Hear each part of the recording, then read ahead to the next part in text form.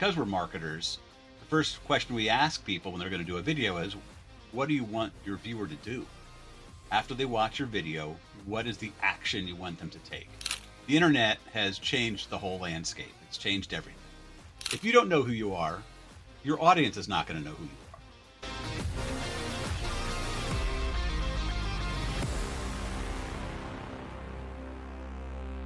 All right, welcome back to Digital Dominance.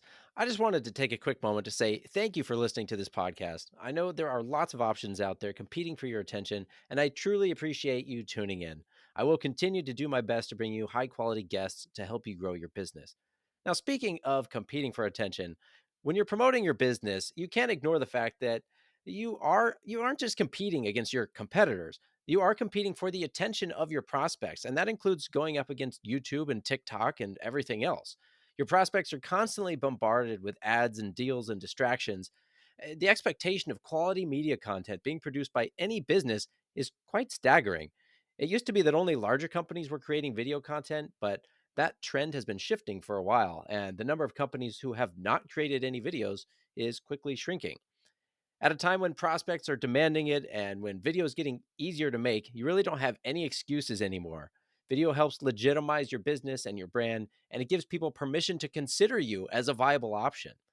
That's why today I've invited Don Wexler to join me as we talk about videos for small businesses.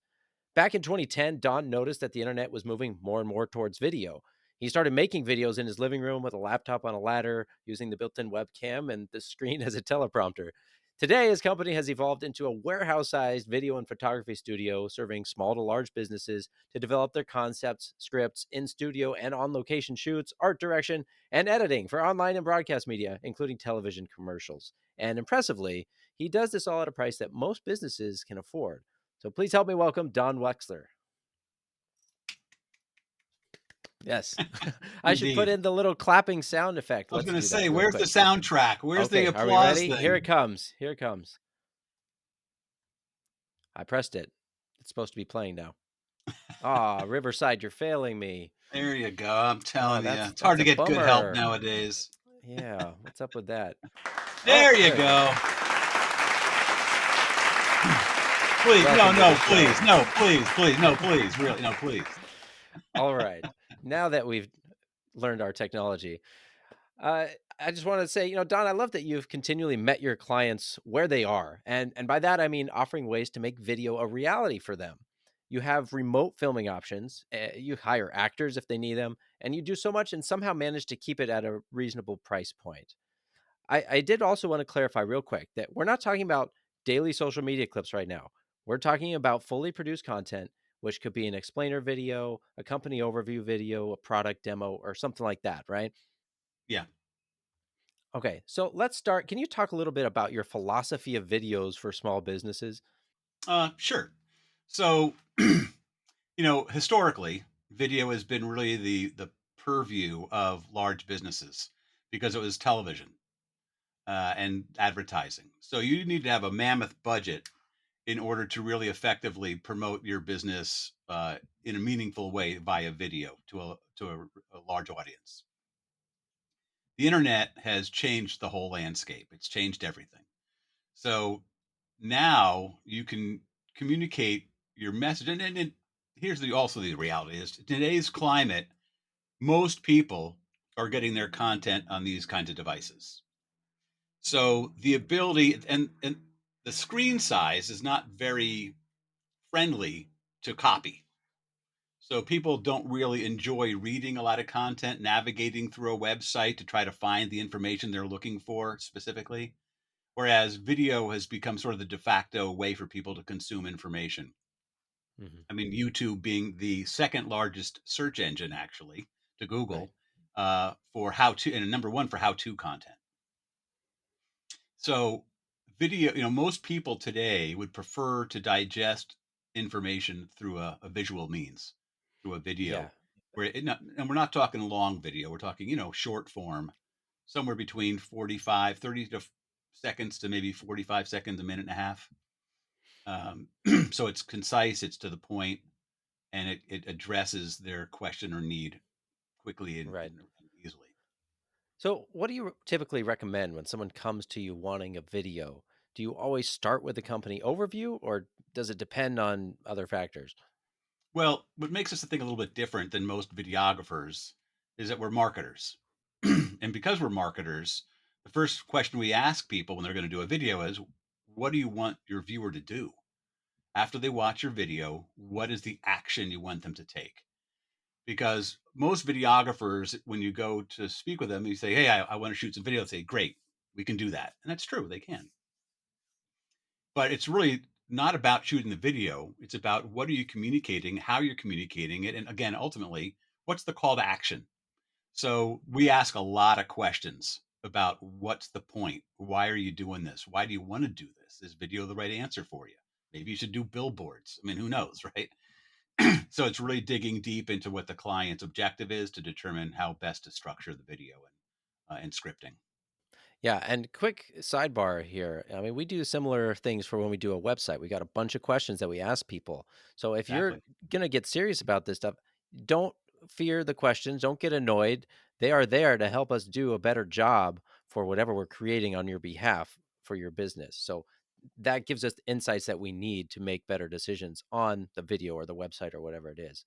So with that in mind, let's say you create a video for someone. Do you give them a strategy for how to use it as well? Do you just tell them, "Oh, post on the website, on YouTube, run it as a paid ad"? I mean, what's the next Right. step from there? Well, that's part of the intake, right? So when we're asking the questions, again, one of the questions we ask is where are you going to use it? So is it going to be on your website? Are you going to use it in an advertising campaign? And if so, is it is it going to be on Facebook? Is it going to be on Google? Is it going to be on YouTube? Where is it going to reside? Because that'll also determine whether we need to shoot it in landscape, which is the wide format, or in more of Mhm, a vertical or portrait format, or square for that matter. mhm, So we're typically asking, who's the target audience that's you're trying to address with whatever the content is, and where do those people reside online? Where you're most likely to bump into them, because that's going to tell us how to frame the shot, if you will, and then that combined with the call to action helps us understand what the objective is, how to script it, all that rest of that stuff. And we are speaking of websites. We are big believers in incorporating video into websites on the homepage and the main anchor pages so that people can quickly understand why they should stick around on your website to get the information they're looking for. And so a quick 30 to 45-second intro on these key pages lets them know, oh, okay, I'm at the right place. I need to dig deeper with it on the site and really spend some time here. right. And yeah, it's so important to know kind of how you can use a video because otherwise, yeah, you pay all this money and then maybe you post it and you cross your fingers and it's like nothing's That's going to right. happen, right? That's There's right. no It's about strategy behind it. ROI. Yeah, we're Right. very ROI focused. Hmm. And I imagine you help follow up by looking at statistics and give guidance on how to check if things are actually working or not. Yeah, well, we work with, I mean, we have capabilities in house. We work with other agencies as well. So depending on what role we're playing in the project, we may just be shooting video. That may just be our role. It may be that we're shooting video and helping them market the video. In which case, then we're looking at getting in tighter with the analytics and whatnot. But we work with a lot of agencies as well to help with their clients, not just our own that we solicit directly. Yeah. So, and you mentioned kind of traditionally, one of the big barriers was cost for doing videos because you got to pay for a whole crew and they got all their equipment and it takes a long time. But you've come up with some ways to help do this at a smaller budget for business owners. Can you talk about some of those ways that you do that practically? Sure. Well, when we first got into this, as you mentioned, we kind of started in the living room on a ladder with a laptop, right? So it's very, very kind of, bare bones kind of guerrilla video shooting. And then as we progressed, I realized, again, what's keeping a lot of small to medium sized businesses out of video marketing is the cost.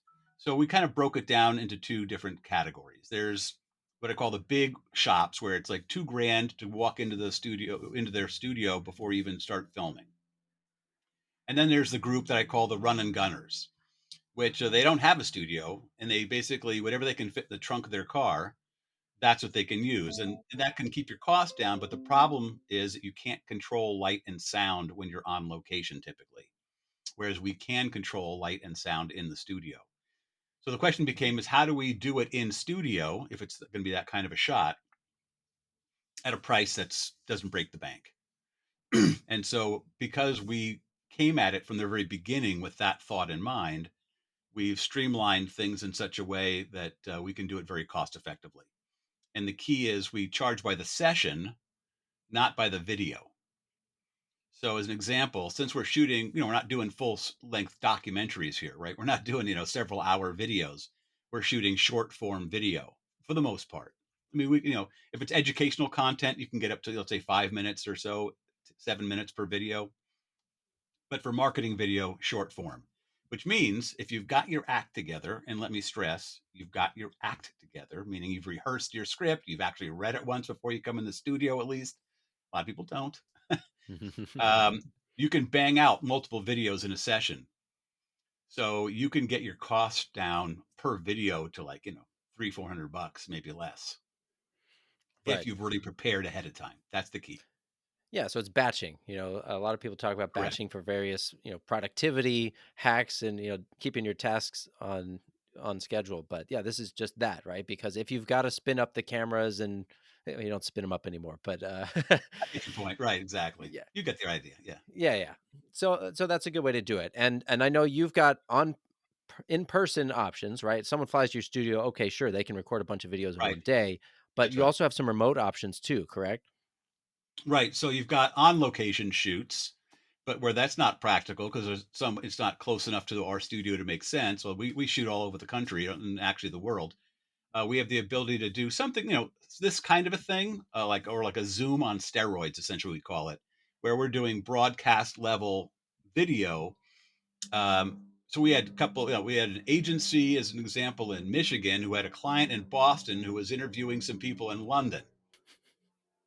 And the problem with using a typical Zoom type of a screen share is it's very difficult to edit in post, meaning after the shoot's over, because Zoom, as an example, puts all of the content through one pipe. So you got all your video and audio, no matter how many people you have on that call or on that Zoom, comes through one pipe. You can't edit it really. It's you cut something out, you cut everything out. Yeah. Whereas what we do is, let's say you've got 4 people or 3 people on a quote unquote Zoom call. It's not Zoom, but let's just you know what that is, Mhm. audience. So there you go. Everybody's has their own pipe, their own audio stream, and their own video stream. Which means if Bob's interviewing Sally and Bob's dog starts barking in the background for whatever reason, we can cut that dog out without cutting out what Sally is saying because of completely two different audio streams. You can't do that in Zoom. Once that dog starts barking, that dog's in. So it gives us a lot more flexibility in the final product. Okay, and that makes sense. Now, another challenge that we've touched on in past episodes is when an owner doesn't really know their own brand. They don't know what makes them unique. How do you work with someone like that who comes to you and wants an overview video? I know you've got questions, but they don't know how to answer them. An interesting question. So that's going to vary a bit depending on how invested that person is in their own business. Okay. If it's kind of a it'll be fine kind of thing. With well, okay, just we throw all of our caveats out there and say it may not be fine, just so you're clear, because you're not communicating clearly to your audience who you are. Because I can assure you, if you don't know who you are, your audience is not going to know who you are. It's really your obligation to understand who you are and the benefit you offer, the core value that you're offering to your client base. Because if you're relying on them to figure it out, you're the one who loses, not them. Well, perhaps both, because maybe they could have used your service and they won't. Yeah. I So it mean, you'll have becomes a a video, but it won't work. And then you right. can't just blame the video. And that's why we stress, and that's why I said we come at it from a different perspective than most videographers. That we don't just, yeah, sure, we'll shoot it. What do you want to shoot? We'll shoot anything. And to some degree we will, but not without a lot of inquiry leading up to it and making sure everyone's clear what they're going to get at the end of the day. So Right. for businesses who don't really know their branding, we have a whole strategy, educational training that we put people through. It's quite extensive. It's a whole different product. So I don't think I want to muddy the water here with that conversation because it's a real deep dive. But it takes like 3 to 6 months for that exploration, and it's quite involved. Right. But at So the end of the day, it'll transform your business. yeah, and that goes back to what you said, like, how committed are you to the business? If you're just doing this because, hey, it was in front of me, I inherited the business, or I just got to put some food on the table, like, there's nothing necessarily wrong with that, but you're not going to get as far without diving into it and kind of really spending the time and the effort to get clear on what you're offering, why you're different, who can benefit, all of those things. And that really Yeah. comes through in the video. Yeah, we're It just big does. believers in front loading the system, front loading the process. One of our things we like to tell people is implementation is relatively easy, thinking is hard. If you want your business to Yes. be successful, unfortunately, it's going to require a lot of thinking. We can help Yeah. guide your thinking, but ultimately, you're the one that has to do the thinking because it's your business. We can just Yeah. guide you.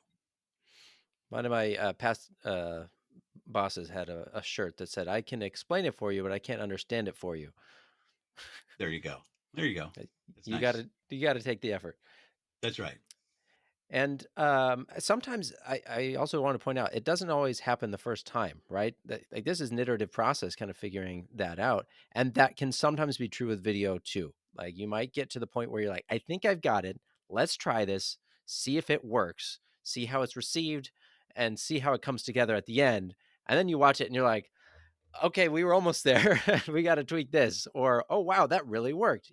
So you got to go through the process in order to get that feedback because now you've got a feedback loop and you can make it better. Well, any kind of marketing is really an iterative process, meaning it's best guesses. So you start out with best guesses, and if you're doing it properly, and I'll say that with some prejudice, meaning we think there's a proper way and a not proper way. But the point is, particularly in video, you want to be tracking, as an example, where the weak link in the chain is. And since we're trying to get people to take an action on your behalf, you want to monitor, as an example, the watch time on the video that you've created. How long are people watching? Are they watching the whole thing? Or are they not? They're watching 25%, 40%, 75%.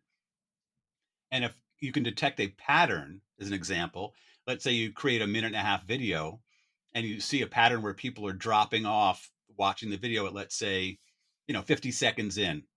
Then you say, okay, what's happening the 5 seconds before 50 seconds that's turning the audience off? Let's get in and go like, not all that interested.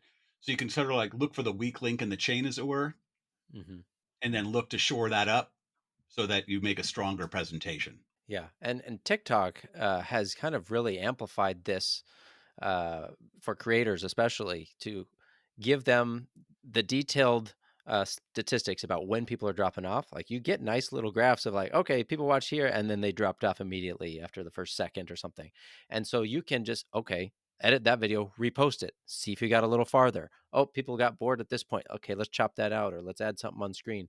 And but if you do that enough, you'll start to see the patterns and you'll get it right the first time or second time next time. So it's, much faster the more you do it. Right. Um, And I, it's I all always, and there's no I'm saying there is no one answer that you can extrapolate across a lot of different things. So there is right. no shortcut, unfortunately, for just, making your best guess and then trialing it and then modifying as you learn. Right. Well, I mean, yeah, there's some best practices, but you have to remember there's different audiences. So business Correct. A might be talking to boomers, business B is going to be talking to teenagers, and they're going to have different interests, right? It might take different things to hold their interest. Something that this audience likes might be a turnoff for this other audience. So you just got to keep that in mind and know who you're talking to. That's again back to why it's so important to kind of know those things up front. Yeah. Yeah. Yeah. All right, we're talking a lot about kind of setting expectations with video, what the process is, how you can make it work. What about pricing? Because if someone's never done video, maybe they just heard it's super expensive. What are ranges of pricing for different types of videos so that people kind of know what it takes to make a good quality video? Sure. And that's going to depend a lot on how much time and energy it requires of us, Hmm. because time, as they say, is money. So If you come in studio, that'll be your least expensive option because we have everything set up there. It's the setup time and breakdown time is relatively short. We could even build custom sets. So the way we're structured financially is that we supply everything. Scripting would be on you unless you want us to do that, and that would be a slightly extra charge. If we're just talking back and forth about a pre-written script, we're okay with that. That we can include that in as long as it doesn't drag out for a long time. But the actual shoot itself, we charge $1,000 per session, and a session is 1 hour. Hmm. So this is where I get back to my earlier conversation. In a session, you should realistically be able to shoot 4 to 5 videos. If you if it's not the first time, because this will include teleprompters, by the way, so you don't have to memorize. Don't feel intimidated like, oh my God, I got to memorize all this stuff. No, you can read it, but understand that the more you read it before you get to the studio, and the key is to read it out loud because your ear will hear things that your eyes won't observe. No, the way you write and the way you speak is different. So Right. you might write something a certain way, but as soon as you say it that way, like I would never say it that way. So you have to change it so that it sounds much more conversational. Yeah. Once you've done that a few times, you get your intonations. You should be able to knock out 4 to 5 videos. So now you got your costs way down. And we in the $1,000 we include one edit, and then it's usually like $95 an hour for future editing after that.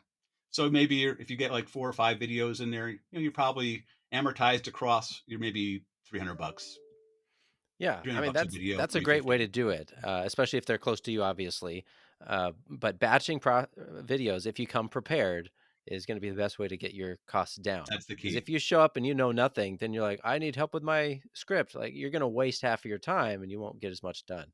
So We actually have people fly in because it's cheaper if they're like if they're on a Southwest kind of corridor kind of thing. yeah. They'll fly in, write the whole thing off. They'll take a nice weekend in San Francisco, make a kind of a little visit for themselves, Hmm. get their videos shot, fly back, and the whole thing was relatively inexpensive, and they had a good time. And by the way, we're funny, so you'll have a good time. I mean, you know we think we're funny. Well, I always enjoy talking to you. I mean, you got a lively personality. So real quick, before we wrap up, I know we're getting kind of close to the end. Do you Sure. have what are some common mistakes that you see people making with video content when they're trying to do this? I'd say that there's several. First of which would be not being clear on what they want their client to do. What's the point behind the video? I mean, you can indulge yourself if you wish, but an ego stroke is not probably the most efficient use of your time and money. Right. So if it's just about I want to see myself on camera because I think that's awesome, well, that's great, but understand that it's going to have limited effectiveness. Um, Number two would be not practicing before you come into the studio. That's huge. I mean, I've had attorneys come in and they're like, okay, so you know, great, got your video. You didn't send your script in to us to load into the teleprompter, so let's have it and we'll load it up. And we're excited to get this going for you. And then, oh yeah, no, that sounds great. I said, so did it take you long to write? Did you practice much? Oh, I haven't even looked at it yet. What do you mean you haven't looked at it yet? Well, I had my assistant write it. So let me understand this. You came into the studio to shoot some videos. You haven't even looked at your script yet, and you're expecting this to come out well. Understand it's your nickel and your time. So if it takes you an hour to do one video because we have to do 10 retakes, that's your nickel. Right. So I'd say that's number one. The other thing you need to do is not just practice tone and intonation, but hand gesture. A lot of people, when they get in front of a camera, don't know what to do with their hands. So they either start, you know, picking Fidgeting. at their Yep. nails or it just get used to doing it in front of a mirror before you come in. So you get a sense of, okay, here, I'm going to emphasize that. I'm going to I got 3 points, 1, 2, 3, the things that go with your script. So that again, it's not the first time you're having to do it on the fly. Hmm. Those are the It'll look a biggest lot more issues. natural. And that's the key. You want to look like you're not in front of a camera. That's what the teleprompter helps with. Mhm. So you don't have to memorize it, but you still have to know the script and act, have appropriate body language. We tell people, hey, bring out the Italian in you, get the hands moving. Let it loose. Know what I'm saying? And know what I'm saying? That's right. So All right. I appreciate that. And those are good reminders for people. So thank you for sharing all of your advice with us, Don. It's always nice to know what options are out there too and what people can do to get started with video. So for the listeners, go check out Don's website, connect with him on LinkedIn. He's a great guy. He's good at what he does. And before we wrap up, I usually ask my guests for closing thoughts. But since your LinkedIn profile says that you are a teller of dad jokes and you have proclaimed that you are funny, I'm going to ask you to do your worst. Give us a dad joke. Fire when ready, Captain. it's funny you mentioned you were going to do that just a little while ago. I'm not going to. I don't have a dad joke for you. I wish you had told me earlier. I know. I would love to tell you. Truthfully, a lot of the jokes I've got, you wouldn't want me to record. Okay, So, that's fair. but I do have clean jokes as well. I just off the top, just not Dad prepared. jokes are best not on the spot, so we'll let you off the hook this time. Thank you. Well, like I Happy to said, come back. folks, yeah, if we come back, you'll be have to be ready. Okay. Oh, I'll give you a litany of them. There we go. All right. Well, like I said in the intro, guys, it's all about competing for attention. Whether you're telling jokes or doing these videos, the question is, what are you going to do with that attention? So just remember that. That's all for today. And keep dominating, guys. And we'll see you in the next episode. Thanks for your time, Jeffro.